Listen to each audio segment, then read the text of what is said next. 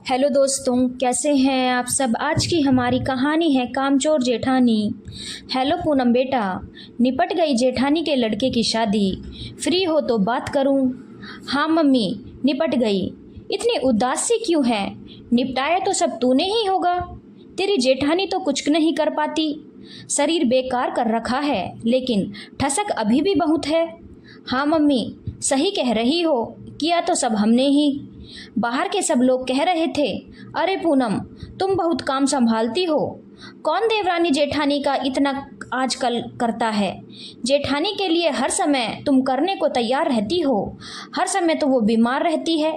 लेकिन मम्मी, घर में जेठ जेठानी ने एक बार भी नहीं कहा कि हाँ पूनम तुमने कितना संभाला। और पता है मम्मी, शादी के समारोह में सबको बांटने के लिए मेवे से भरे डिब्बे आए थे और मिठाई के डिब्बे सबको दिया, लेकिन मुझे नहीं दिया। बस 100-200 रुपए की साड़ी पकड़ा दी जो बाहर फेरी वाले से लिया था, सबको देने के लिए। देने लेने का भी बिल्कुल दिल नहीं है। मम्मी, माना कि मैं उनसे कमज़ोर हूँ, लेकिन क्या मेरी कोई इज्जत नहीं है। मैंने तो सब आगे बढ़कर इसलिए निपटाया कि वो नहीं कर पाती, लेकिन वो मेरी जरा भी इज्जत नहीं करती। उनकी गलती नहीं है। मेरे साथ हमेशा ही ऐसा होता है। चाहे किसी के लिए भी कितना भी कर लो, कुछ हासिल नहीं होता। बेटा, किसी की किस्मत में नेकी नहीं लिखा होता। हाँ मम्मी। आज शादी समारोह से निपटकर पूनम थोड़ी देर सुस्ताने बैठी तो कुछ पुरानी बातें सोचने लगी कि क्या मेरे ही साथ ऐसा होता है। मैं तो सबको समय पर साथ देती हूँ। पूनम 5 बहनें थी। अपने से छोटी 3 बहनों की शादी के समय सबका देखना दिखाना सब पूनम ने ही किया, और सबसे छोटी बहन की तो शादी तक अपने घर से की थी। समय और पैसा भी लगाया। सबसे छोटी बहन की शादी सक्सेस नहीं हुई तो सब पूनम पर दोष मढ़ने लगी कि तुमने ज़बरदस्ती शादी करवा दी। अब बताओ, करने का तो नाम नहीं, ऊपर से इल्ज़ाम और लगा रही है, जबकि छोटी बहन की शादी उसकी ही ज़बरदस्ती से हुई थी।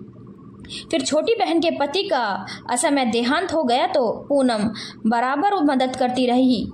बहन को मासिक संबंधी परेशानी हो गई थी तो पूनम ने ही ऑपरेशन कराया। 60 से 70 हजार रुपये लगाए और महीने में उसका ध्यान रखती रही। ना धूप देखी ना गर्मी, बराबर अस्पताल जाना, खाना नाश्ता पहुंचाना, देखभाल, दवाई, तीमारदारी सब कुछ किया। लेकिन जब सब कुछ ठीक हो गया तो बहन की बेटी कहने लगी, कर दिया तो क्या एहसान कर दिया। पैसा खर्च किया तो पैसा वापस कर दूंगी। अब बताओ, इतना पैसा था पास में तो करा लेती ऑपरेशन। किसी दूसरे का एहसान लेने की क्या जरूरत थी। बड़ा मन दुखी हुआ पूनम को सुनकर। ऐसे जेठानी के 2 बेटे थे और वो जब देखो तब बीमार रहती थी तो जेठ का फोन पूनम के पास आता था कि घर आ जाओ, जरा भाभी को देख लो, बीमार है। पूनम हर वक्त मौजूद रहती थी, पर पूनम के लिए कोई कुछ न करता। वैसे तो पूनम अपनी सेहत का अच्छे से ध्यान रखती थी। थोड़ी बहुत तबीयत खराब भी हुई तो वो खुद ही मैनेज कर लेती थी। लेकिन पूनम कभी मायके चली जाती तो पूनम के पति अकेले रहते तो खाने तक को ना पूछती थी, बस तबीयत का बहाना बना देती।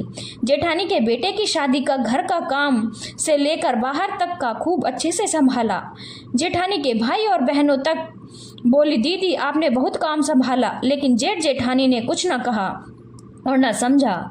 ऐसा क्या किया मैं? क्या मैं घर की नौकरानी हूँ? 200 रुपये की साड़ी पकड़ाकर इतिश्री कर ली।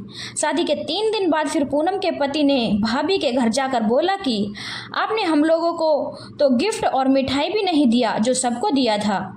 जेठानी का मुंह जरा सा हो गया। फिर कहने लगी, घर के लोगों को थोड़ी दिया जाता है, हक से ले जाना पड़ता है।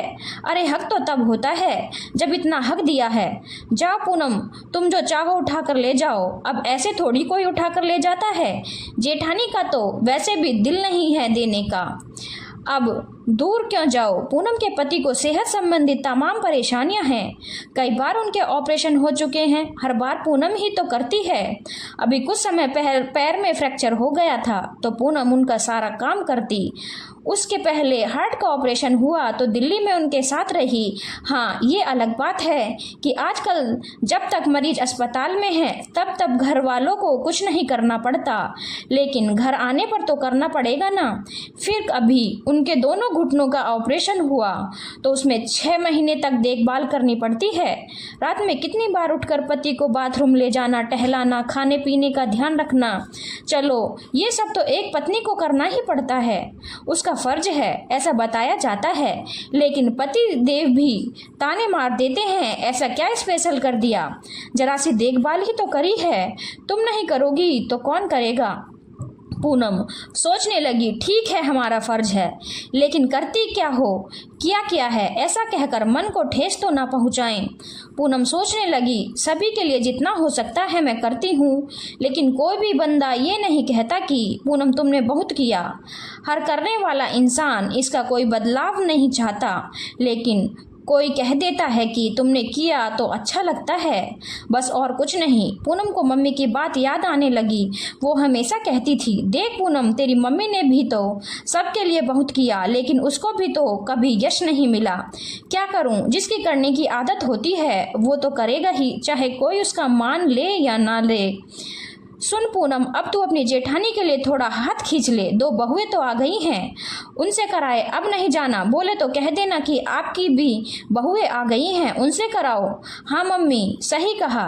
और बेटा, जहाँ तक दामाद जी की बात है तो वो तो अपना फर्ज समझकर, हाँ मम्मी। पूनम ने अब वैसा ही करना शुरू कर दिया। जब भी जेठानी का फ़ोन आता, पूनम कोई ना कोई बहाना बनाकर टाल जाती। ठीक भी है दोस्तों, कब तक कोई किसी का करेगा, हर चीज़ की एक लिमिट होती है। पूनम ने सोचा, यदि मेरे साथ हर बार ऐसा ही होगा तो अब मैं ऐसा नहीं होने दूंगी। धन्यवाद दोस्तों, अगर आपको कहानी अच्छी लगी हो तो चैनल को लाइक, शेयर और सब्सक्राइब करना ना भूलें।